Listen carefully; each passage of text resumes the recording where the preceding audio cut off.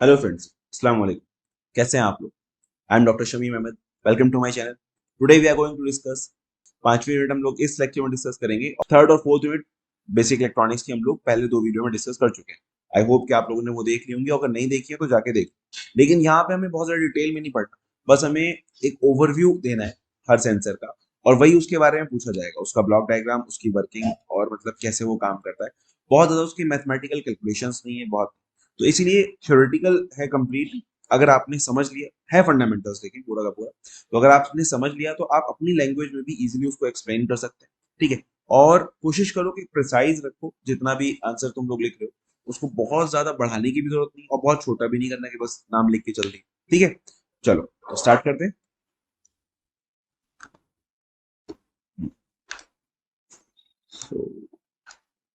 Sensors, तो होता क्या है सेंसर? सेंसर बनाए सेंसेस से। हम लोग के पास टोटल 5 सेंस होती है, पता है ना आप लोग को?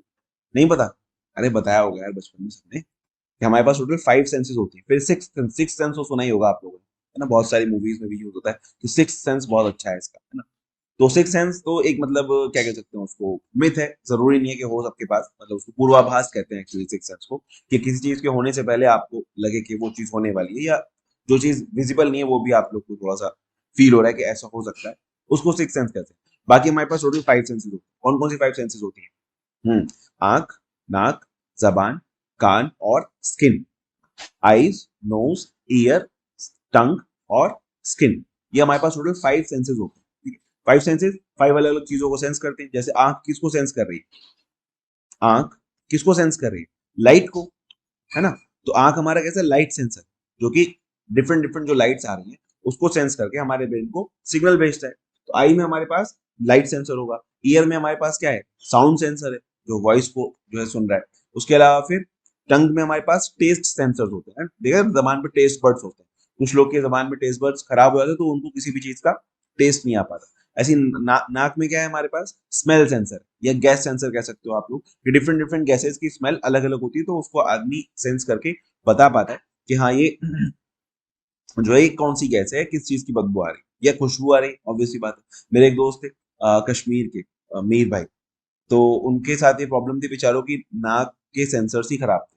वो बोलते थे कि मुझे कभी किसी चीज की खुशबू, ना खुशबू आती है ना बदबू आती है। और उनको हेरिडिटी थी, मतलब उनकी मदर के साथ भी वैसे।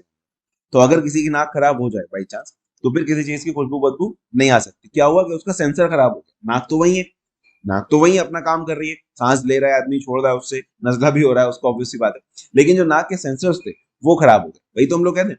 तो सेंसर क्या है? जो किसी चीज को सेंस कर रहा है, किसी सिग्नल को सेंस करके, या किसी भी फिजिकल, एक्चुअली सिग्नल भी नहीं, किसी फिजिकल क्वांटिटी को सेंस करके उसको बता रहा है हमारे दिमाग को। एक्चुअली यहाँ पे हम लोग के पास तो दिमाग है, लेकिन कंप्यूटर का दिमाग क्या होता है? मशीन का दिमाग कंप्यूटर होता है। कंप्यूटर में सीपीयू जो होता है वो एक्चुअली उसका दिमाग होता है। सही है। तो हमारे पास ये डिफरेंट टाइप के सेंसर्स हैं। ठीक है, ये हमारा कलर सेंसर हो गया, गैस सेंसर हो गया। ये सारे सेंसर ज्यादातर आपकी बॉडी में लगे हुए हैं, जो कि हमें पता भी। So we should always be thankful to God, है ना? कि हम लोग को अल्लाह का शुक्र अदा करना चाहिए कि अल्लाह ने हमारी सारी चीजें सही सालिम बनाई है। सही है?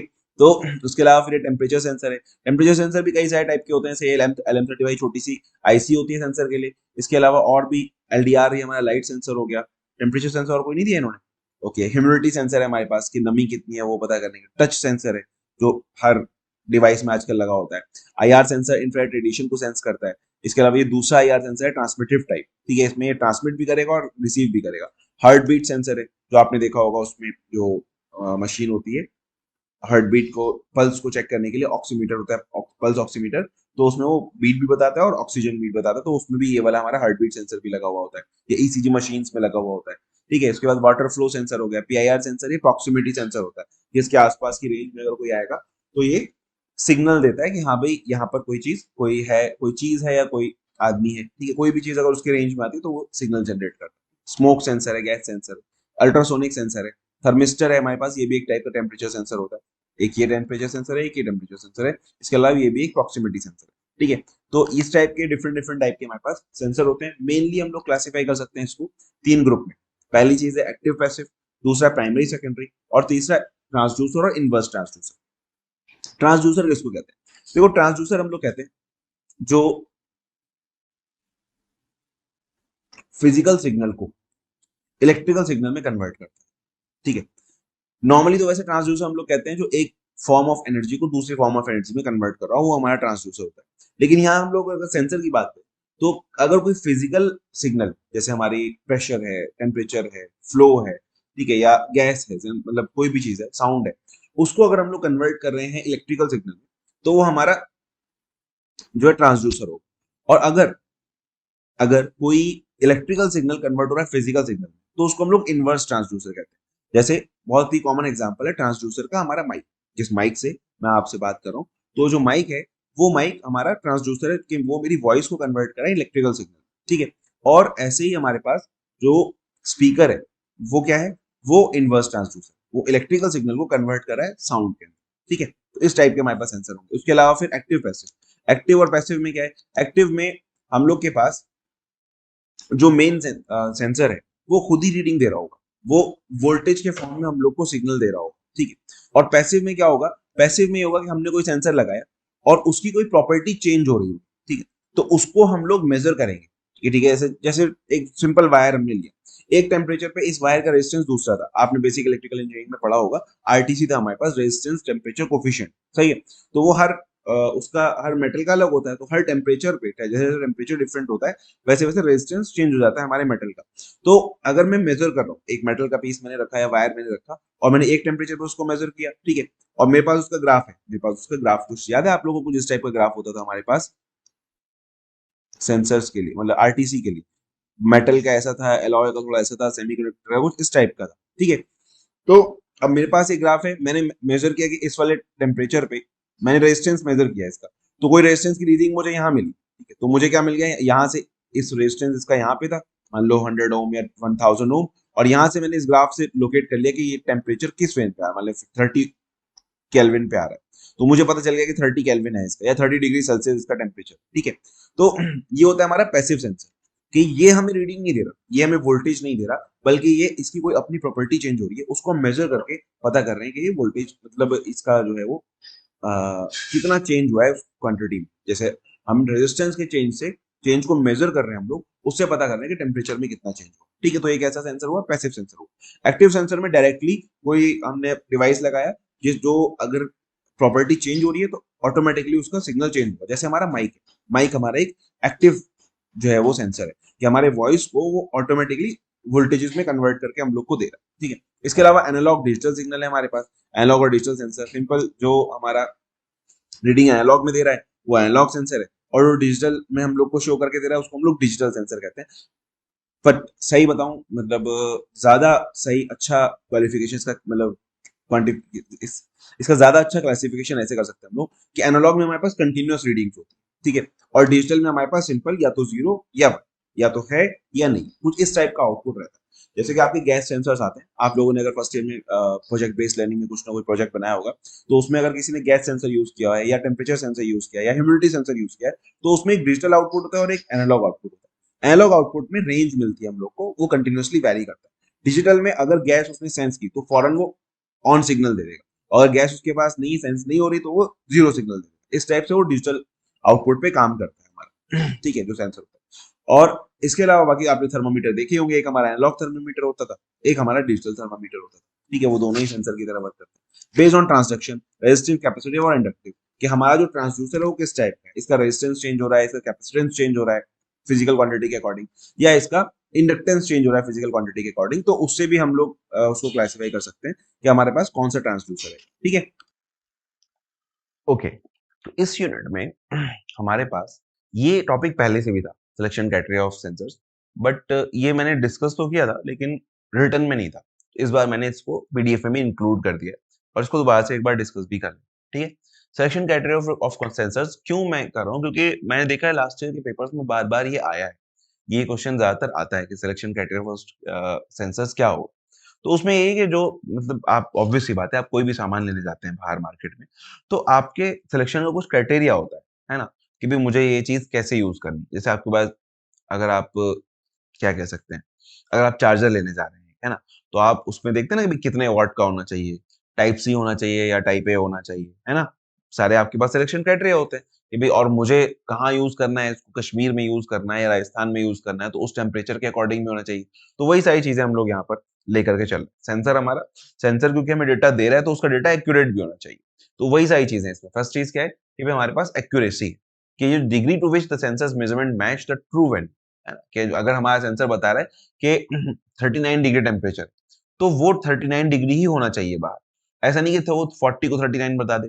या ये भी इसकी एक्यूरेसी कितनी है, एक्यूरेसी मान लिया हमारे पास है कि भाई ये प्लस माइनस 0.5 डिग्री है, कि अगर 39 बताया तो या तो 39.5 होगा या 38.5 होगा, ठीक है। तो ये इसकी एक्यूरेसी हो गई। या एक्यूरेसी उसकी होगी 0.1 डिग्री सेल्सियस, कि अगर ये 39.1 बता रहा है तो या तो 39.2 है या 39 है, बस इतना ही है। तो ये इसको एक्यूरेसी इसकी आती है। फिर सेंसिटिविटी है, सेंसिटिविटी या रेजोल्यूशन भी होता है कि वो कितने कम चेंज को ज्यादा से अच्छे से डिटेक्ट कर पा रहा है। जैसे आपने देखा होगा मोबाइल में स्क्रीन की सेंसिटिविटी होती है, कि कोई मोबाइल होता है फौरन हल्का सा टच करने से ही चल जाता है, और किसी मोबाइल को दबाना पड़ता है अच्छे से, हमारा पट के उसको मारना पड़ता है तब जाके वो चल पाता है। जैसे अब मेरा फोन कुछ ऐसा ही हो रहा है, क्योंकि इसकी स्क्रीन टूट गई तो मैंने अब लोकल वाली डलवाई है इसके अंदर। तो अब इसको थोड़ा सा सही से, पहले बहुत ही इजीली चलता था, अब थोड़ा सा सेंसिटिविटी इसकी पहले से कम हो गई है। समझ में आ रही है ना क्या सेंसिटिविटी होती है, कि उसका जो इनपुट है, sensor ability to detect small changes in the measured quantity, जो क्वांटिटी में मेजर कर रहा है उसको, उसमें कितने छोटे से छोटे चेंज को वो डिटेक्ट कर सकता है और उसके अकॉर्डिंग कितना बड़ा आउटपुट निकाल रहा है, ये सेंसिटिविटी होती है। माउस की सेंसिटिविटी होती है, उसको अगर आप ज्यादा कर देंगे तो हल्का सा हिलाने पे वो बहुत आगे पहुंच जाएगा, और अगर वो कम है तो आपको ज्यादा हिलाना पड़ेगा उतना पहुंचने के लिए, ठीक है, मतलब उतनी डिस्टेंस ट्रेवल करने के लिए कर्सर के थ्रू। ऐसे ही फिर रिस्पॉन्स टाइम है, कि कितनी देर में अपना रिस्पॉन्स दे रहा है जो सेंसर है हमारा। पता चला वहां टेम्परेचर चेंज हो गया, ये 2 मिनट बाद बता रहा है हमें, तो प्रॉब्लम हो जाएगी ना उससे। ऐसी ही स्टेबिलिटी है, मतलब यहाँ हम लोग को वैसे तो प्रॉब्लम नहीं होगी, लेकिन हम कोई एक्सपेरिमेंट कर रहे हैं तो हमें फॉरन का डेटा चाहिए होता है। ऐसा नहीं कि हमने गैस वहां जला रखी है और वहां टेम्परेचर उसने, हमें एक टेम्परेचर पर्टिकुलर चाहिए था, वो उसने डिले कर दिया देने में, और वो टेम्परेचर जब तक उसने दिया तब तक वो और आगे चला गया और केमिकल हमारा खराब हो सकता है। तो इसलिए समझ में आ रही है ना बात, कि वो रिस्पॉन्स टाइम उसका कैसा होना चाहिए, वो डिपेंड करता है एप्लीकेशन टू एप्लीकेशन। तो वही हम लोग देखेंगे कि कितना रिस्पॉन्स टाइम वाला सेंसर चाहिए हमें, उसकी स्टेबिलिटी कैसी चाहिए, है ना, कि कंसिस्टेंट परफॉर्मेंस है या नहीं उसकी ओवर टाइम।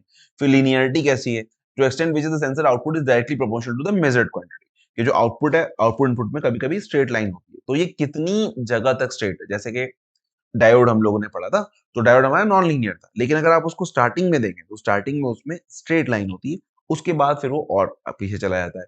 या उसी में बल्कि ट्रांजिस्टर में था हमारे पास, कि उसका जो सैचुरेशन वाला रीजन है उसमें इनपुट आउटपुट पहले स्ट्रेट जाता, उसके बाद वो मतलब सैचुरेट हो जाता था, फिर वो लीनियर उसके अंदर रिस्पॉन्स नहीं आता था। तो ये लीनियरिटी देखनी पड़ेगी, इनपुट आउटपुट में कितनी है, ऑपरेटिंग कंडीशन कैसी है, कितने टेम्परेचर पे, कितने ह्यूमिडिटी पे हमारा सेंसर काम कर सकता है, नहीं कर सकता। इसके अलावा फिर ये कि भाई पावर कंजम्पशन कितना ले रहा है, हमें कितनी पावर पे चलाना है उसको, 5 वोल्ट की बैटरी पे चलाना है या एसी पे चलाना है, वो देखना पड़ेगा। फिर या और कितनी कंज्यूम कर रहा है पावर, कितनी बड़ी बैटरी हमारे पास है उसके according. Size and form factor कितना बड़ा है वो, ठीक है, उसको कहाँ पे लगा सकते हैं हम लोग। मोबाइल में लगाना तो बहुत छोटा सेंसर चाहिए, लैपटॉप में लगाना तो थोड़ा बड़ा भी चल जाएगा, पीसी में लगाना तो और बड़ा सेंसर भी काम हो सकता है। ऐसे ही फिर कॉस्ट देखनी पड़ेगी कि कॉस्ट किसकी कम है ना, जो हमारा बजट है वो अलाउ कर रहा है नहीं कर रहा। और फिर कंपेटेबिलिटी, कंपेटेबिलिटी का मतलब है कि हमें जिस सिस्टम के साथ उस सेंसर को यूज करना है वो उसके साथ कंपेटेबल है या नहीं। पता चला हमने एक सेंसर लिया जो विंडोज 11 के साथ कंपेटेबल नहीं, और हम लोग विंडोज 11 यूज कर रहे हैं, या विंडोज 10 हमारे लैपटॉप में और वो विंडोज 11 से कंपेटेबल है, तो फिर इश्यू आ जाएगा। या फिर हमारा हार्डवेयर ऐसा है जिसके साथ वो कंपेटेबल नहीं है, तो इसलिए कंपेटेबिलिटी देखनी पड़ेगी कि हम जो हमारे पास जो हार्डवेयर है, जो और डिवाइसेस हैं, उसके साथ वो कंपेटेबल है या नहीं, ठीक है। तो ये सिलेक्शन क्राइटेरिया है। मैक्सिमम 5 मार्क्स का क्वेश्चन आएगा। 5 मार्क्स के क्वेश्चन में अगर आप 5 पॉइंट्स लिख दे रहे हैं, मैंने यहाँ पे टोटल 10 पॉइंट करीब लिखे, 2 2 4 2 6 2 8 2 10, हाँ टोटल मैंने 10 पॉइंट लिखे। इन 10 में से अगर आप 5 पॉइंट भी अच्छे से लिख देते हैं तो आपको पूरे मार्क्स मिल जाएंगे, और 10 लिख दिए तो पूरे मिलने ही मिलने। समझ रहे हैं बात। तो ये चाहे 4 मार्क्स का आएगा या 5 मार्क्स का, तो अगर आप 5 पॉइंट लिख देते हैं इसमें तो सफिशियंट है, मार्क्स आपको कंप्लीट मिल जाएंगे, ठीक है। तो ये था हमारा सिलेक्शन क्राइटेरिया ऑफ सेंसर्स। चलिए फिर आते हैं हमारे पास फर्स्ट सेंसर है जो मोशन सेंसर। मोशन सेंसर में हमें क्या पता करना है कि कोई चीज हमारे पास रखी हुई थी वो हिली अपनी जगह से या नहीं हिली, और हिली तो कितना हिली, ठीक है, कितना डिस्प्लेस हुई अपनी जगह से, उसको हम लोग मोशन सेंसर कहते हैं, ठीक है। तो यहाँ पे जो हमारे पास मोशन सेंसर है, फर्स्ट टाइप का मोशन सेंसर है LVDT, linear variable differential transformer. क्या है? Linear variable differential transformer. आप सबने ट्रांसफॉर्मर पढ़ा है। ट्रांसफॉर्मर हमारा Faraday's law of electromagnetic induction पे वर्क करता है कि अगर एक कॉइल में हमने एसी करंट हम लोग फ्लो करा रहे हैं, उसकी विसिनिटी में उसके पास दूसरी कॉइल रखी हुई है, तो इसका ईएमएफ उसके अंदर इंड्यूस हो जाएगा, है ना। इसको हम लोग कहते हैं इलेक्ट्रोमैग्नेटिक इंडक्शन, कि यहाँ से एसी वोल्टेज इसके अंदर इंड्यूस हो जाएगा और वो डिपेंड करेगा कॉइल की साइज पे। जैसे ये कॉइल अगर बड़ी है, नंबर ऑफ टर्न्स इसमें ज्यादा है, उसमें कम है, तो वोल्टेज कम इंड्यूस होगा उसके अंदर। और अगर इसके अंदर वोल्ट नंबर ऑफ टर्न्स कम है प्राइमरी के अंदर और सेकेंडरी के अंदर ज्यादा है, वो तो वोल्टेज ज्यादा इंड्यूस होता है सेकेंडरी के अंदर, ठीक है। तो वो हमारा था ट्रांसफॉर्मर। उसी के ऊपर हमने क्या किया, इसको बनाया एलवीडीटी। हमने क्या किया, एक इस टाइप का अरेंजमेंट लिया। एक हमने प्राइमरी कॉल लगाई बीच में, ठीक है। उसके बीच उसके अंदर हमने एक रॉड लगाई मेटल की, ठीक। और उसके एक हमने यहाँ पे सेकेंडरी लगा दी, एक हमने यहाँ पे सेकेंडरी वाइंडिंग लगा दी। तो उससे क्या हुआ कि अब अच्छा यहाँ पे इन्होंने शो नहीं किया, होता है कि इसके साथ में जो जिस चीज का भी हमें डिस्प्लेसमेंट मेजर करना होता है उसको हम इसके साथ लगा देते हैं। मान लो ये एक रॉड यहाँ से निकल गई, एक जो है यहाँ से निकल गई। अब आप कहीं पे भी उसको लगा सकते हैं। अगर ये चीज जो यहाँ से मूव करेगी, अगर इसमें मोशन होगा तो रॉड में मोशन होगा और रॉड जो है वो नीचे की तरफ चली जाएगी। अब आप लोग को याद होगा हमारे पास ट्रांसफॉर्मर में कोर होता था। ट्रांसफॉर्मर में प्राइमरी और सेकेंडरी के बीच में एक कोर होता है। कोर क्या करता है, वो मैग्नेटिक फ्लक्स को ट्रेवल कराता है प्राइमरी से सेकेंडरी की तरफ, ठीक है। तो जितना मैग्नेटिक मटेरियल होगा, यानी जैसे आयरन है हमारे पास, सॉफ्ट आयरन होगा, उतना ज्यादा इजीली हमारा मैग्नेटिक फ्लक्स फ्लो करेगा प्राइमरी से सेकेंडरी के अंदर, ठीक है। एयर है, अगर सिंपल अगर एयर भी होगी तो भी इंड्यूस तो होगा ईएमएफ हमारा, लेकिन उतना इजीली नहीं होगा, उतना ज्यादा इंड्यूस नहीं हो पाएगा, क्योंकि एयर में लीकेज कम होता है। मतलब एयर में जो है वो इतना इजीली हमारा फ्लक्स ट्रेवल नहीं कर सकता जितना इजीली हमारा वो मेटल में ट्रेवल कर सकता है, ठीक है। तो अब क्या होगा, जब ये मूव हुआ, ये मान ली नीचे की तरफ मूव हो रहा है, मैंने इसको नीचे उतारा तो ये नीचे की तरफ मूव हुआ। नीचे की तरफ मूव होने की वजह से ये इस इधर की तरफ आया, तो मान लो ये रॉड यहां तक आ गई। तो अब क्या होगा, अब इस वाली कॉइल को ज्यादा कोर मिल रही है, जिसकी वजह से ज्यादा फ्लक्स इधर की तरफ फ्लो होगा और इस वाली कॉइल में ज्यादा ईएमएफ इंड्यूस होगा। और ऊपर से नीचे आ गया तो इस वाली कॉइल में अब कम ईएमएफ इंड्यूस होगा, क्योंकि इसको कम रॉड मिल रही है। समझ में आई बात। यहाँ पे इसको कम रॉड मिली, तो अभी जितना इसके पास फ्लक्स जा रहा है वो एयर की वजह से जा रहा है, तो उसकी वजह से यहाँ पे ईएमएफ कम हो जाएगा। और यहाँ पे फ्लक्स विद मेटल में होकर के जा रहा है, इसकी वजह से क्या होगा, यहाँ पे फ्लक्स फ्लक्स भी बढ़ जाएगा और वोल्टेज भी बढ़ जाएगा। उसी को हम लोग यहाँ पे मेजर करेंगे, डिफरेंशियल वोल्टेज हम लोग मेजर करते हैं। अगर इसका वोल्टेज ज्यादा आ रहा है, इसका मतलब रॉड नीचे की तरफ डिस्प्लेस हुई है। और अगर ऊपर वाले का वोल्टेज ज्यादा आ रहा है, इसका मतलब रॉड ऊपर की तरफ डिस्प्लेस हुई है। और उस वोल्टेज डिफरेंस के अकॉर्डिंग हम ये भी पता कर सकते हैं कि कितना डिस्प्लेस हुई है। 1 mm डिस्प्लेस हुई है, 2 mm डिस्प्लेस हुई है, 3 mm डिस्प्लेस हुई है, ठीक है। तो वो डिपेंड करेगा किसके ऊपर, इन दोनों के ईएमएफ के ऊपर। जो यहां से ई आ रहा है, E out will be E1 minus E2। तो इसमें से हम लोग इसको माइनस करेंगे। अगर नेगेटिव आ रहा है, इसका मतलब नीचे की तरफ कोर जो है शिफ्ट हुई है, और पॉजिटिव आ रहा है, इसका मतलब ऊपर की तरफ कोर शिफ्ट हुई है। तो ये कुछ इस टाइप का हमारे पास ग्राफ आता है।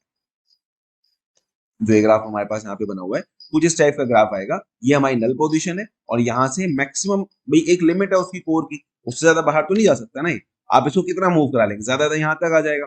इससे ज्यादा बाहर निकालेंगे तो क्या होगा, डिवाइस ही खराब हो जाएगा, फिर कोर वापस कौन डालेगा उसके अंदर, सही है। तो उसकी वजह से मतलब एक लिमिट है उसकी, तो ये हमारे वो 100% वाली मैक्सिमम वाली लिमिट है कि यहाँ से यहाँ तक ये लीनियरली वेरी कर रहा है, ठीक है। तो ये लीनियरली वेरी करता है इसका वोल्टेज भी, कि जैसे जैसे कोर इधर की तरफ शिफ्ट होगी तो इधर का वोल्टेज बढ़ेगा, इधर की तरफ शिफ्ट होगी तो इधर का वोल्टेज हमारा बढ़ेगा। उस टाइप से हम लोग मेजर कर लेंगे कि जो हमारी कोर है वो किस तरफ शिफ्ट हो गई है, ठीक है। इसके अलावा अब इसमें प्रॉब्लम क्या है, इसमें सिर्फ एक ही डिसएडवांटेज है यहाँ पर, कि अगर जैसे आपको पता है कि जो इसका मैग्नेटिक फील्ड है, अगर ये किसी और मैग्नेट के पास रखा होगा तो उसकी वजह से इसके मैग्नेटिक फील्ड के ऊपर असर पड़ेगा, सही है। या और वायर्स जा रही हैं, उनका अपना मैग्नेटिक फील्ड है। तो इसके लिए हम लोग क्या करते हैं, इसको शील्ड करते हैं। इसको हम लोग, ये दिख रहा है, ऐसे करके हम लोग मेटल की केसिंग में इसको शील्ड कर देते हैं, क्योंकि इलेक्ट्रोमैग्नेटिक फ्लक्स को रोकने के लिए हम सिर्फ मेटल यूज कर सकते हैं, और किसी भी चीज से आप इलेक्ट्रोमैग्नेटिक फ्लक्स को फ्लो होने से नहीं रोक सकते। याद है ना आपको, मैग्नेटिक सर्किट और इलेक्ट्रिकल सर्किट में बस यही एक प्रॉब्लम थी कि इलेक्ट्रिकल सर्किट में इंसुलेशन दे सकते हैं हम लोग, करंट को फ्लो होने से रोका जा सकता है, लेकिन मैग्नेटिक फ्लक्स को फ्लो होने से हम लोग नहीं रोक सकते। उसको अगर आपको फ्लो होने से रोकना है तो आप मेटल की शील्डिंग कर सकते हैं। मेटल को, क्योंकि मैग्नेटिक लाइंस पार नहीं करती, मैग्नेटिक लाइन ऑफ फोर्स जो है वो मेटल को पार नहीं करती है, इसीलिए जो उसके अंदर का जो पोर्शन है वो बच जाएगा फ्लक्स से। लेकिन ये भी कंप्लीटली मतलब वो नहीं है, एक जैसे करंट को आप कंप्लीटली ब्लॉक कर सकते हैं, ऐसे ही यहाँ पे फ्लक्स थोड़ा बहुत फिर भी लीक होगा, लेकिन वो नेग्लिजिबल रहता है, उसको कोई फर्क नहीं पड़ता, ठीक है। तो इसलिए हम लोग क्या करते हैं, अपने एलवीडीटी को एनक्लोज कर देते हैं एक मेटल शीट के अंदर, जिससे कि बाहर के जो मैग्नेटिक फ्लक्स है उसका इसके ऊपर असर ना पड़े, ठीक है। ये हो गया हमारा, ये इसके डायग्राम है, इधर की तरफ मूव कर रहा है तो क्या होगा, इधर नल में है तो कुछ नहीं होगा, और अगर इधर की तरफ मूव कर रहा है तो हमारा नेगेटिव आएगा। ठीक है, फिर आते हैं एक्सेलरोमीटर। एक्सेलरोमीटर क्या होगा, जैसा इसका नाम है कि एक्सेलरेशन मेजर कर रहा है कि कितने स्पीड से आप बढ़ा रहे हैं, एक्सेलरेशन कितना है। ठीक है, तो एक्सेलरोमीटर भी हम लोग बना सकते हैं एलवीडीटी के साथ। क्या होगा कि अगर हम लोग इसी में यहाँ पे इसको हमने लगा दिया, अब जैसे एक्सेलरेशन बढ़ेगा तो उसका मतलब क्या, डिस्प्लेसमेंट बहुत फास्ट मूव कर रहा है, बहुत फास्ट इधर से इधर मूव करेगा। तो फास्ट मूव करने से हम लोग को पता चलेगा कि हाँ ये जो है जितनी तेजी के साथ पीछा है, इसका मतलब उतना ज्यादा एक्सेलरेशन हम लोग को मिला है। तो एलवीडीटी भी हम लोग यूज कर सकते हैं एक्सेलरोमीटर के लिए। इसके अलावा पीजो इलेक्ट्रिक मटेरियल्स हम लोग यूज करते हैं। पीजो इलेक्ट्रिक मटेरियल आप लोग को पता होगा कि हम लोग के पास क्रिस्टल्स होते हैं। क्रिस्टल को जितना ज्यादा स्ट्रेस दिया जाता है या जितना ज्यादा उसके ऊपर स्ट्रेन होता है, तो जितना उसके ऊपर प्रेशर पड़ता है मतलब, उससे इलेक्ट्रिसिटी जनरेट होती है। पीजोइलेक्ट्रिक मटेरियल्स होते हैं हमारे पास। आपने प्रोजेक्ट्स में भी देखा होगा कि कुछ लोगों ने रोड के पेवमेंट पे उसको लगाया इलेक्ट्रिसिटी जनरेट करने के लिए, कि जब लोग उसके ऊपर चलेंगे तो उससे इलेक्ट्रिसिटी जनरेट होगी। तो क्या होता है, वो पीजोइलेक्ट्रिक मटेरियल्स होते हैं हमारे पास, कि जब उनके ऊपर प्रेशर पड़ता है तो वो ऑसिलेशन जनरेट करते हैं, वोल्टेज जनरेट करते हैं। ठीक है, जैसा कि क्रिस्टल्स वगैरह होता है, जैसे माइक में भी यही होता है। माइक में एक छोटा सा क्रिस्टल लगा होता है जो साउंड की वजह से उसके ऊपर स्ट्रेन आता है, जो हम बोलते हैं उसकी वजह से उसको प्रेशर पड़ता है और उसको वो कन्वर्ट करता है इलेक्ट्रिकल सिग्नल्स वोल्टेज। ठीक है, तो वैसे हमारे पास पीजो इलेक्ट्रिक मटेरियल्स को हम यूज करके एक्सेलरोमीटर भी बना सकते हैं, कि जब हम उसको तेज चलाएंगे तो उसकी वजह से जो एयर का प्रेशर पड़ेगा या नॉर्मल मूवमेंट का प्रेशर पड़ेगा, उससे पीजो इलेक्ट्रिक मटेरियल में एकदम से राइज, शार्प राइज हमें वोल्टेज में मिलेगा, और वो हमें एक्सेलरेशन बताएगा कि हाँ ज्यादा तेज हो, बहुत तेज स्पीड बढ़ रही है, एक्सेलरेशन ज्यादा है। अगर धीरे धीरे हो, इसका मतलब स्पीड धीरे धीरे बढ़ रही है, इसका मतलब एक्सेलरेशन कम है। और उसके बाद हमारे पास micro electromechanical systems, MEMS accelerometer. वो कुछ इस टाइप के होते हैं कि हमने छोटे छोटे कैपेसिटर्स लगा रखे हैं, इस टाइप का, कि हमने एक छोटे छोटे कैपेसिटर लगा रखे हैं और यहाँ स्प्रिंग लगी हुई है जो इसको अपनी इनिशियल पोजीशन पे रखती है। ठीक है, अगर आप इसको आगे ले जाएंगे तो थोड़ी देर के आगे चला जाएगा, लेकिन जैसे आप फोर्स हटाएंगे तो वापस से स्प्रिंग इसको ओरिजिनल पोजीशन पे लेकर के आ जाएगी। ठीक है, तो इसमें क्या होगा, जब मूवमेंट हमारा एक्सेलरेशन हो रहा है आगे पीछे किसी भी तरफ, तो ये जो प्लेट्स का डिफरेंस है ये चेंज होगा। अगर ये प्लेट इधर की तरफ जा रही है, इसका मतलब ये वाला कैपेसिटर ज्यादा कैपेसिटेंस देगा और ये वाला कम देगा। लेकिन अगर प्लेट इधर की तरफ जा रही है, इसका मतलब ये वाला कैपेसिटर ज्यादा कैपेसिटेंस देगा, क्योंकि कैपेसिटेंस डिस्टेंस के इनवर्सली प्रोपोर्शनल होता है ना। हमारे पास कैपेसिटेंस का फॉर्मूला क्या था, कैपेसिटेंस का फॉर्मूला था हमारे पास एप्सिलॉन ए बाई डी। ठीक है, तो यहाँ पे एरिया तो हमारा सेम है, एप्सिलॉन हमारा मीडियम पे डिपेंड करता है, वो भी हमारा सेम है इन प्लेट्स के लिए। सिर्फ क्या वेरी करा रहे हैं हम लोग, डी। तो जैसे डिस्टेंस चेंज होगी दो प्लेट्स के बीच में, वैसे वैसे हमारा क्या होगा, अगर ये कम होगी डिस्टेंस तो कैपेसिटेंस बढ़ेगा, और ये ज्यादा होगी तो कैपेसिटेंस कम होगा। तो अब जिधर की तरफ भी ये मूव करेगा, अगर इधर की तरफ मूव कर रहा है तो अब ये वाला कैपेसिटर, इन दोनों के बीच में कैपेसिटेंस बढ़ जाएगा और इन दोनों के बीच में कम हो जाएगा। ठीक है, अगर इधर की तरफ मूव कर रहा है उल्टा, उल्टी डायरेक्शन में, तो इन दोनों के बीच में कैपेसिटेंस बढ़ जाएगा और इन दोनों के बीच में कैपेसिटेंस कम हो जाएगा।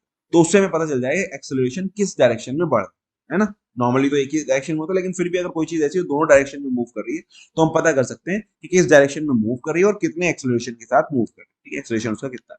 ठीक है, फिर आते हैं हमारे पास temperature sensors. Yes, temperature sensors हमारे पास क्या करेंगे, टेम्परेचर को सेंस करेंगे। ठीक है, हीट और कूलनेस, या तो कितना गर्म है कितना ठंडा है, उसको बताता है हमारा टेम्परेचर सेंसर। तो टेम्परेचर सेंसर नॉर्मली तीन टाइप के आपके सिलेबस में है, और भी टाइप के होते हैं, थर्मोकपल, थर्मिस्टर और आरटीडी। ठीक है, थर्मोकपल, थर्मिस्टर और आरटीडी, तीनों से आप वाकई में पता है आपको क्या होता है, अच्छा नहीं पता कोई बात। थर्मोकपल शायद आपने पढ़ा हो उसमें ट्वेल्थ में, ट्वेल्थ की फिजिक्स में सीबेक इफेक्ट पढ़ाया जाता है, एक सीबेक इफेक्ट पढ़ाया जाता है। उसमें हम लोग ये पढ़ते हैं कि अगर दो अलग अलग मेटल की वायर्स को, दो अलग अलग मेटल की वायर्स को लिया जाए और दोनों को एंड से जोड़ दिया जाए, मतलब पैरेलली हम लोग कनेक्ट करते हैं, और एक तरफ एक जंक्शन को हम लोग होल्ड पॉइंट पे रखें, मतलब ठंडी जगह पे रखें, और दूसरी जगह को गर्म जगह पे रखें, दूसरे जंक्शन को, तो इन दोनों के बीच में एक वोल्टेज इंड्यूस हो जाए दोनों जंक्शन के बीच में, और क्योंकि ये कनेक्टेड है तो इनके बीच में करंट भी फ्लो होना स्टार्ट हो जाएगी। समझ में आई बात। थर्मोकपल का प्रिंसिपल क्या है कि हमने वायर ली दो अलग अलग मेटल की, एक जंक्शन उसका ज्वाइन किया, दूसरा जंक्शन हमने यहाँ से ज्वाइन किया, इसको हमने ठंडे पे रखा है, इसको गर्म पे रखा, तो क्या होगा, दोनों के टेम्परेचर डिफरेंस की वजह से यहाँ पे इन दोनों जंक्शन के बीच में एक वोल्टेज इंड्यूस होगा, मतलब वोल्टेज जनरेट हो जाएगा। और क्योंकि ये दोनों कनेक्टेड है, या आपने अगर ब्रेक कर दिया तो एक अलग बात, अगर सर्किट कंप्लीटेड है ये, तो यहाँ से करंट भी फ्लो होना, दो वोल्टेज है और वोल्टेज को अगर जगह मिल जाएगी करंट फ्लो करने के लिए, तो यहाँ पे करंट भी फ्लो होना स्टार्ट हो जाएगा। ठीक है, तो ये हमारा थर्मोकपल का मोटा मोटा प्रिंसिपल समझ में आ गया आपको। इसके एडवांटेजेस क्या है? सबसे एडवांटेज सबसे बड़ी है कि सिंपल है, कुछ नहीं करना, दो वायर लेने, दोनों को ज्वाइन करना है, दो जंक्शन बनाने, एक को गर्म एक को ठंडा, फिर उसको आप एक को ठंडे पे कांस्टेंट रखिए, दूसरे को अलग अलग अलग जगह गर्म पे लगा करके आप चेक कर लीजिए क्या कैलिब्रेशन, एक आपके पास टेबल बन जाएगी, फिर आप अननोन पे बस लगा दिए। समझ रहे हो नहीं समझ रहे हो? देखो, एक जंक्शन को मैंने रखा ठंडे बर्फ के साथ लगा 0 डिग्री सेल्सियस पे, फिर दूसरी जगह पे लगा के मैंने एक ग्राफ बना लिया पूरा कि इसमें जो करंट फ्लो दिया, वोल्टेज जो आ रहा था वो 10 डिग्री सेल्सियस पे इतना आ रहा था, 20 डिग्री सेल्सियस पे इतना वोल्टेज आ रहा था, 30 डिग्री सेल्सियस पे इतना वोल्टेज आ रहा था। ठीक है, मैंने एक पूरा ग्राफ बना लिया। अब उसके बाद अब मुझे जिस भी चीज का टेम्परेचर मेजर करना है, मैं अपने गर्म वाले जंक्शन को उस चीज पे रखूंगा और देखूंगा कितना वोल्टेज आ रहा है, उस वोल्टेज के अकॉर्डिंग फिर मैं जाऊंगा टेबल में अपनी, उस वोल्टेज पे उस वोल्टेज पर जो है वो टेम्परेचर कितना है, और मुझे पता चल जाएगा कि कितना टेम्परेचर आ रहा है हमारे पास। ठीक है, समझ में आई बात? तो ये हमारा सिंपल होता है, रगड होता है, कहीं भी यूज कर सकते हैं, बहुत ज्यादा इसमें कोई प्रॉब्लम नहीं, इनएक्सपेंसिव है, बहुत ज्यादा कॉम्प्लिकेटेड मशीनरी लगानी पड़ रही, सिर्फ एक दो तार लेने, एक वोल्ट मीटर लेना है, काम हो गया हमारा। कोई एक्सटर्नल पावर इसको नहीं देनी पड़ती। वाइड टेम्परेचर रेंजेस है, टेम्परेचर रेंज इसकी ज्यादा होती है, और वैरायटी ऑफ स्टाइल, अलग अलग स्टाइल्स अलग अलग वैरायटी में हमारे पास मिल सकता है, क्योंकि कितनी भी वैरायटी हम इसकी बना सकते हैं ना, क्या ही करना है हमें, मेटल चेंज कर देना, दो मेटल के वायर हम लिए अलग अलग, अब आप इन दोनों मेटल को चेंज करते रहिए, अलग अलग आपके पास थर्मोकपल्स बनते रहेंगे, इसलिए वैरायटी ऑफ स्टाइल्स हम लोग को यहाँ पे मिल जाती है। ठीक है, इसके अलावा फिर डिसएडवांटेज क्या है? एक तो नॉन लीनियर रिस्पॉन्स है इसका, मतलब एक डायरेक्टली वो नहीं मिलेगी, एक जो है लीनियर रिस्पॉन्स नहीं, एक ऐसा नहीं कि सिंगल लाइन है आप उस पर कहीं पे भी ऊपर सकते हैं। इसका रिस्पॉन्स आप देख रहे हैं, कुछ एक्सपोनेंशियल जा रहा है, फिर सीधा जा रहा है, फिर ऊपर की तरफ जा रहा है, तो इसका एक नॉन लीनियर रिस्पॉन्स रहता है। स्मॉल सेंसिटिविटी कम है इसकी, थोड़े बहुत टेम्परेचर डिफरेंस में बहुत ज्यादा वोल्टेज का डिफरेंस नहीं आएगा। स्मॉल आउटपुट वोल्टेज बहुत छोटा होगा, रिक्वायर सीजेसी। सीजेसी क्या होता है पता नहीं, अच्छा वो उसको कन्वर्ट करने के लिए मतलब उसको चाहिएगा। और लीस्ट स्टेबल, स्टेबिलिटी थोड़ी सी इसकी कम। फिर भी इसको देख लेते हैं कि कैसे होती है वर्किंग ऑफ थर्मोकपल, जो मैंने आपको बताया वही सब यहाँ पर लिखा हुआ है। ये हॉट जंक्शन है, हमने यहाँ पे एक अलग से यहाँ पे कोल्ड जंक्शन है ये वाला, और इन दोनों के बीच में हमने लगा दिया वोल्ट मीटर, यहाँ से हम मेजर कर रहे हैं। तो ये जो वोल्टेज है वो डिपेंड करेगा दोनों के टेम्परेचर डिफरेंस के ऊपर, और यहाँ से हम लोग इसको मेजर कर लेंगे। अगर हमारे पास ये फाइनल आएगा vo equal to C T two minus T one, अब डिफरेंस के ऊपर डिपेंड करेगा, तो T two VO over C, अगर इसको आप मैनिपुलेट करें, अगर देखो हमें क्या करना है, यहाँ प्रोपोर्शनल था, हमने प्रोपोर्शनल डाके कांस्टेंट लगा दिया, और कांस्टेंट को हम लोग इजीली कैलकुलेट कर सकते हैं। कैसे? हमें वीओ क्या है, मीटर में दिख रहा है कितना वोल्टेज, T2 हमारा जो टेम्परेचर गर्म वाला, T1 हमारा ठंडा वाला, T1 हमने रख रखा है बर्फ पे, हमें पता है कि बर्फ जो है वो 0 डिग्री सेल्सियस पे होती है। T2 हमने बॉइलिंग वाटर पे रख दिया, हमें पता है इसका टेम्परेचर 100 डिग्री सेल्सियस होगा। तो अब इन दोनों को हमने मतलब इन तीनों की वैल्यू हमने पुट कर दी स्टार्टिंग में कैलिब्रेट करने के लिए, उसके बाद हमें क्या मिला, सी मिल गया, ये हमें मिल गया कांस्टेंट। अब ये तो कांस्टेंट है, कांस्टेंट ही रहेगा। अब हमने इस फॉर्मूले को मैनिपुलेट करके ये बना लिया। अब T1 को हमने रखा हमेशा 0 पे, 0 डिग्री सेल्सियस पे, तो ये 0 हो गया। अब हमें सिर्फ वोल्टेज हमें मेजर कर ही रहे हैं हम लोग वोल्ट मीटर से, और यहाँ उसको डिवाइड करेंगे कांस्टेंट से, हमें T2 पता चल जाएगा। कितना इजी कैलकुलेशन, इसलिए बताया सिंपल है, इजी है, रकेट है, इजी टू यूज। ठीक है, एप्लीकेशन कहाँ का? सीमेंट मैन्युफैक्चरिंग प्लांट में, ट्यूब मिल्स में, फूड इंडस्ट्रीज में, हीट ट्रीटमेंट प्लांट्स में, यहाँ पे इसका एप्लीकेशन होता है। ठीक है, कब एग्जाम में कभी कभी एप्लीकेशन भी लिखने को बोलता है। फिर आता है हमारा रेजिस्टेंट टेम्परेचर डिटेक्टर, आरटीडी। ये सबसे ज्यादा पॉपुलर है, मतलब सबसे ज्यादा यही यूज होता है लैब्स में, या बड़े जो है वो प्लांट्स में, इंडस्ट्री में बहुत ज्यादा, जहाँ पे हम लोग इंडस्ट्रियल एप्लीकेशन होता है वहाँ पे हम लोग आरटीडी को ही यूज करते हैं। यह करता है, it works on a principle the electric resistance of a metal changes with change in its temperature. वहां हम सेमीकंडक्टर यूज करते हैं थर्मिस्टर में, और इसमें बस यही फर्क है, वहां सेमीकंडक्टर यूज होता है, यहाँ पे मेटल यूज होता है। और जैसे मैंने आपको बताया था आरटीसी वाले डायग्राम में कि मेटल का जो आरटीसी होता है का डायग्राम वो लीनियर होता है, जैसे टेम्परेचर बढ़ेगा वैसे वैसे हमारा रेजिस्टेंस बढ़ रहा होगा। तो यहाँ पे हम लोग बस यही करते हैं। देखिए वो इक्वेशन आ गई जो आपने बेसिक इलेक्ट्रिकल इंजीनियरिंग में आरटीसी की इक्वेशन थी हमारे पास, RT equals to R naught into 1 plus alpha naught T. ठीक है, तो यहाँ पे हम लोग क्या करते हैं, एक सिंपल मेटल यूज कर रहे हैं, जैसे जैसे टेम्परेचर बढ़ेगा वैसे वैसे इसका रेजिस्टेंस बढ़ेगा, और उस रेजिस्टेंस को मेजर करके हम लोग पता कर लेंगे कितना टेम्परेचर है।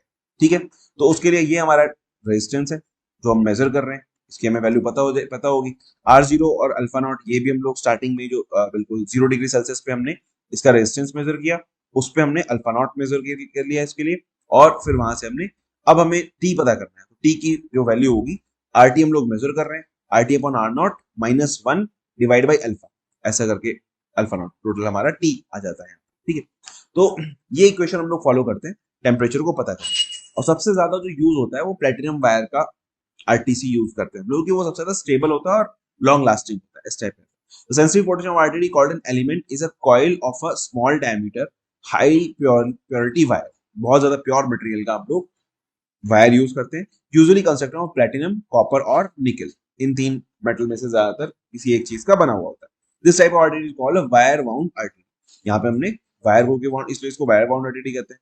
With thin film elements, a thin film of platinum is deposited onto ceramic substrate. इसकी जगह हम ये भी कर सकते हैं कि एक बहुत छोटी सी थिन फिल्म इसके ऊपर डायरेक्टली डिपॉजिट करते हैं, बचाए वायर को इसके ऊपर बाउंड करने के लिए, तो वो हमारा थिन फिल्म टाइप का आरटीडी हो जाता है। ठीक है, ये हमारा सिंपल आरटीडी का कॉन्सेप्ट है। अब इसको कैसे वर्क करें, इसको भी सिमिलर वे में वर्क कराते हैं जैसे हम लोग थर्मिस्टर को वर्क कराते हैं। मैंने बताया ना, सिर्फ एक ही फर्क है कि वहां हम लोग सेमीकंडक्टर यूज करें या मेटल यूज करें। इससे फायदा क्या होता है कि इसका रिस्पॉन्स लीनियर है। ठीक है, तो इजिली आप कैलिब्रेट कर सकते हैं, कोई प्रॉब्लम नहीं होगी। वर्किंग इसकी सेम बस, क्योंकि यहाँ पे हमने आरटीडी लगा रखा है, टेम्परेचर के साथ इसका डिफरेंस, इसका रेजिस्टेंस चेंज होगा और उसकी वजह से वोल्टेज चेंज होगा। यहाँ पे दोनों में वोल्टेज डिफरेंस आ जाएगा, जिससे इसमें हमें डिफ्लेक्शन मिलेगा और हम पता कर लेंगे कितना टेम्परेचर है।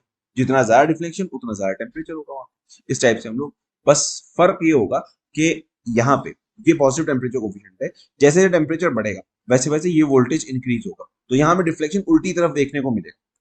जो आरटीडी में जिस तरफ दिख रहा था उससे रिवर्स में डिफ्लेक्शन यहाँ पे देखने को, सॉरी थर्मिस्टर में जिस तरफ मिलना था उससे रिवर्स में डिफ्लेक्शन आरटीडी में देखने को मिलेगा। ठीक है, एप्लीकेशन क्या है, air conditioning, refrigeration service, food processing, textile processing, plastic processing, इन सब जगह मतलब इंडस्ट्रीज में ये यूज होता है। मैंने बताया ज्यादातर इंडस्ट्री में हम लोग आरटीडी ही यूज करते हैं। इसके बाद फिर आते हैं हमारे पास mechanical sensor.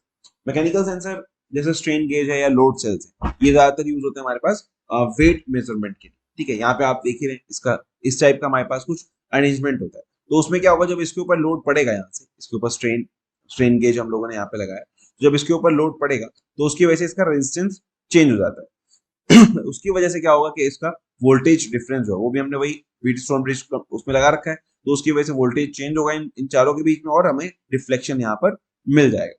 Strain gauge is a sensor whose measured electrical resistance varies with change in strain। Strain gauge क्या होता है कि जैसे जैसे इसके ऊपर प्रेशर पड़ेगा इसका रेजिस्टेंस चेंज हो जाएगा। समझ लो बात, वही इसमें भी वायर्स है हमारे पास, तो वायर ऊपर नीचे होंगी तो उसकी वजह से लेंथ बढ़ जाएगी वायर की और रेजिस्टेंस हमारा चेंज हो जाएगा। Strain is the deformation or displacement of material that result from an applied stress. Stress is the force applied to the material divided by the material's cross section area. जो हमारा stress होता है वो force upon area होता है, उसकी वजह से मटेरियल के अंदर स्ट्रेन डेवलप हो जाता है, जो उसकी डिफॉर्मिटी आ सकती है उसके अंदर, तो उस स्ट्रेन की वजह से क्या होगा, इसका रेजिस्टेंस चेंज हो जाएगा। Load cell is a sensor और a transducer that converts a load of और force acting it on into an electronic signal. This electronic signal can be a voltage change or current change or frequency change depending on the type of load cell and circuitry use। किस type का हम लोग circuitry use कर रहे हैं उसके ऊपर depend करेगा। स्ट्रेन गेज में हम लोग सिंपल यहाँ से इसका रेजिस्टेंस चेंज होगा प्रेशर की वजह से, तो हम लोग यहाँ पर देख लेंगे। और लोड सेल हम लोग सबसे ज्यादा यूज करते हैं वेट को मेजर करने में। वेइंग मशीन जितनी भी होती है उन सब में हमारे लोड सेल यूज होते हैं। जब उसके ऊपर वेट पड़ता है तो उसकी वजह से उसमें जो है वो वोल्टेज उसकी चेंज हो जाएगी। ये हमारा एक लोड सेल का पूरा डायग्राम है ना। तो क्योंकि हमने यहाँ रेजिस्टेंस लगा रखे हैं ना, इनके रेजिस्टेंस चेंज हो गए और उसकी वजह से हम ये रेजिस्टेंस जो लगे हुए इनकी वजह से यहाँ पे वोल्टेज चेंज हो जाएगा। ठीक है, कन्वर्ट लोड और force acting into an electronic signal, तो उसको क्या करेगा, वहां से वोल्टेज में कन्वर्ट कर देगा, इलेक्ट्रॉनिक सिग्नल में कन्वर्ट करके हम लोग को दे देगा। ठीक है, ये था हमारा मैकेनिकल सेंसर। मैकेनिकल सेंसर में ये दो चीजें, स्ट्रेन गेज और लोड सेल। स्ट्रेन गेज को यूज करके हम लोग लोड सेल बनाते हैं। ठीक है, तो अगर ऐसा आता है तो आप इतना भी लिख कर आते हैं तो आराम से 5-6 मार्क्स मिल जाएंगे। नॉर्मली इसका जो पैटर्न रहता है वो 6-6-5 वाला ही रहता है, 6-6-5 या 6-6-6 ऐसे करके, है ना। तो 6 या 5 मार्क्स का आएगा, बहुत ज्यादा लिखने की जरूरत नहीं, इतना काफी। इसके बाद फिर आता है बायोसेंसर्स। बायोसेंसर्स में क्या होगा, बायोसेंसर्स क्या करेंगे, मतलब बायोमोलिक्यूल को सेंस करेंगे, ऑब्वियस सी बात है ना। जैसे जितने भी मेडिकल इक्विपमेंट्स होते हैं वो सब हमारे बायोसेंसर्स पे काम करते हैं। ठीक है, तो कुछ हमारे केमिकल बायोसेंसर्स भी होते हैं, कुछ जो है वो इलेक्ट्रॉनिक बायोसेंसर होते हैं। यहाँ हम लोग इलेक्ट्रॉनिक बायोसेंसर की बात करें।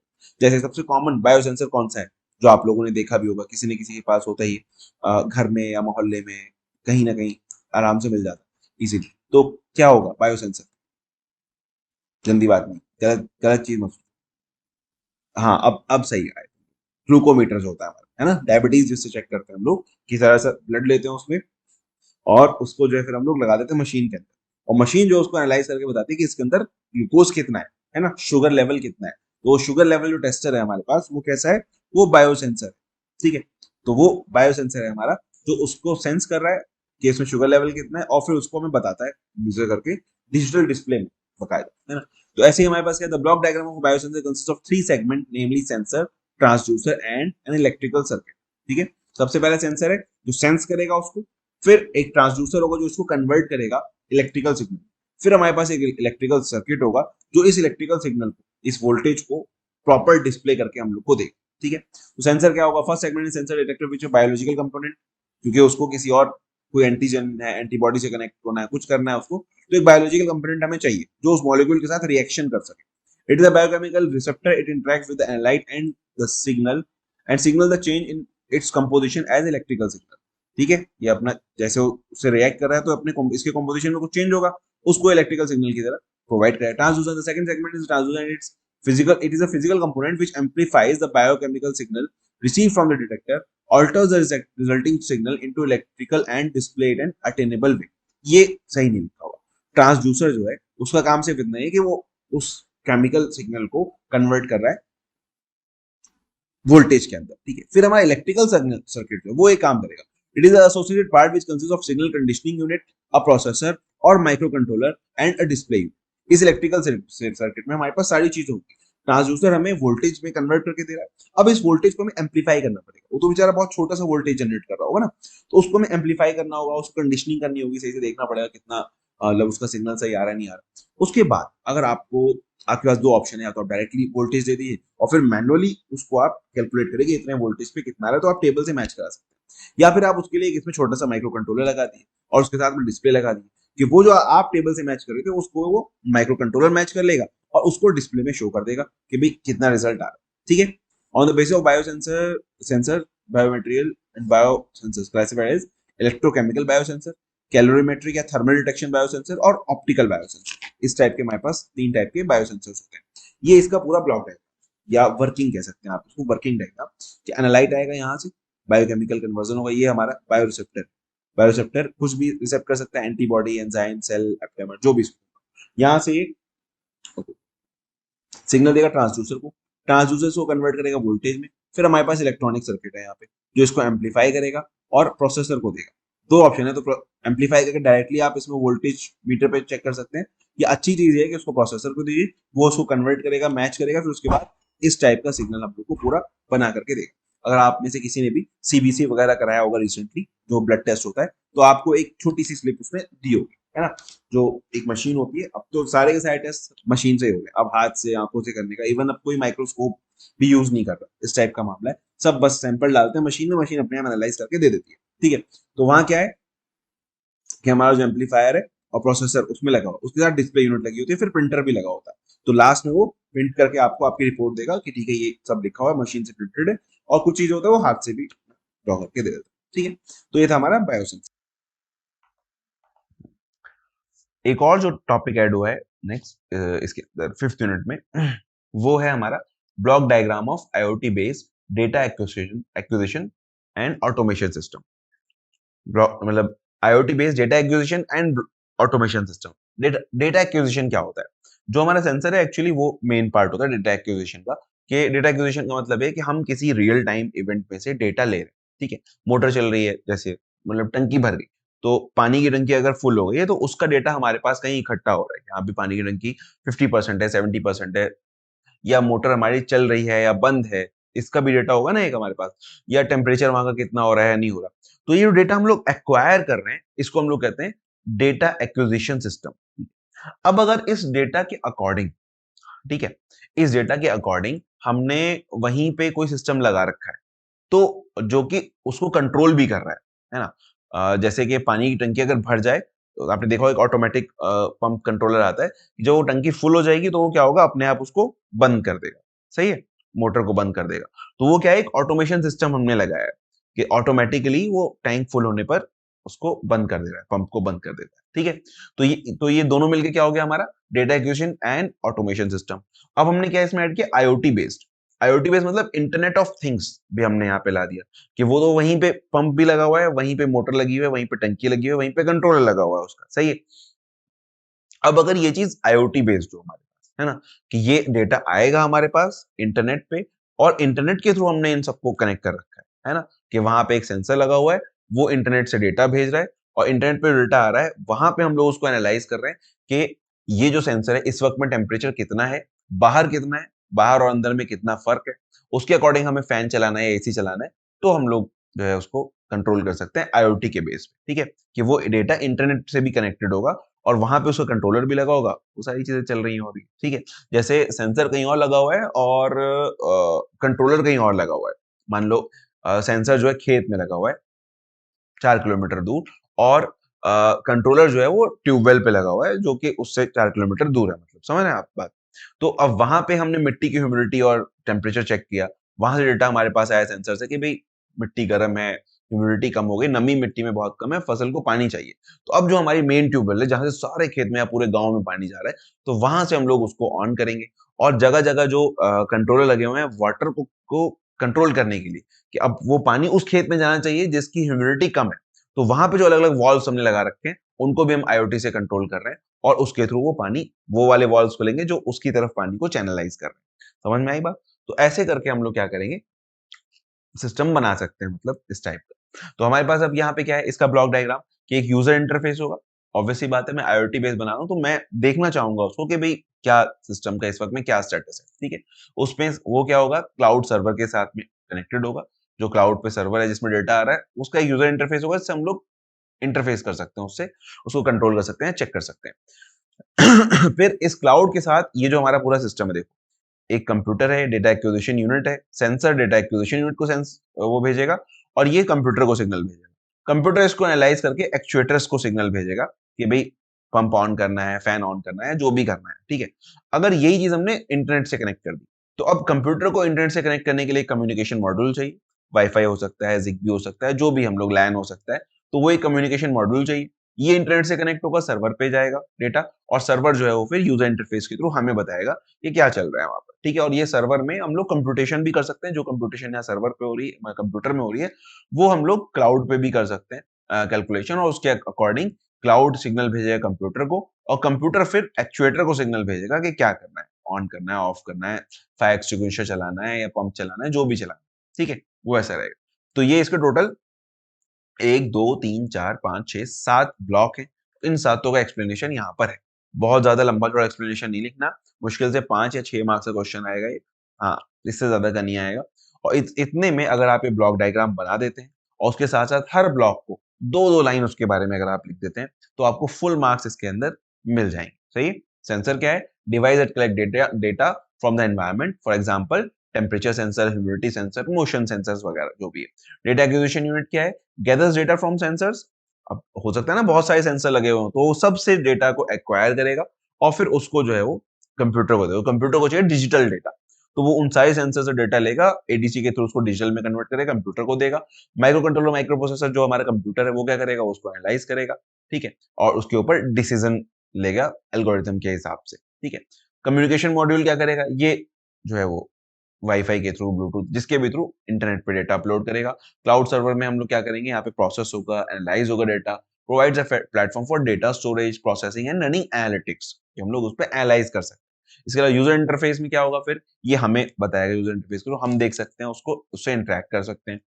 एक्चुएटर्स क्या करेंगे, वो एक्शंस परफॉर्म करेंगे, हमारे जो भी डिसीजन होगा उसके अकॉर्डिंग एक्शन परफॉर्म होगा। एक्चुएटर, एक्चुएटर मतलब समझ रहे हैं ना, actuator basically on off switches है हमारे पास, कि हमने उन एक्चुएटर के थ्रू हमने मोटर का एक्चुएटर ऑन कर दिया, मोटर ऑन हो गई, फैन का कर दिया, फैन ऑन हो गया, एसी कर दिया, एसी ऑन हो गया। तो सबके लिए हमने एक्चुएटर्स लगा रखे हैं जो हमारे सिग्नल के अकॉर्डिंग प्रोग्राम को एग्जीक्यूट करेंगे।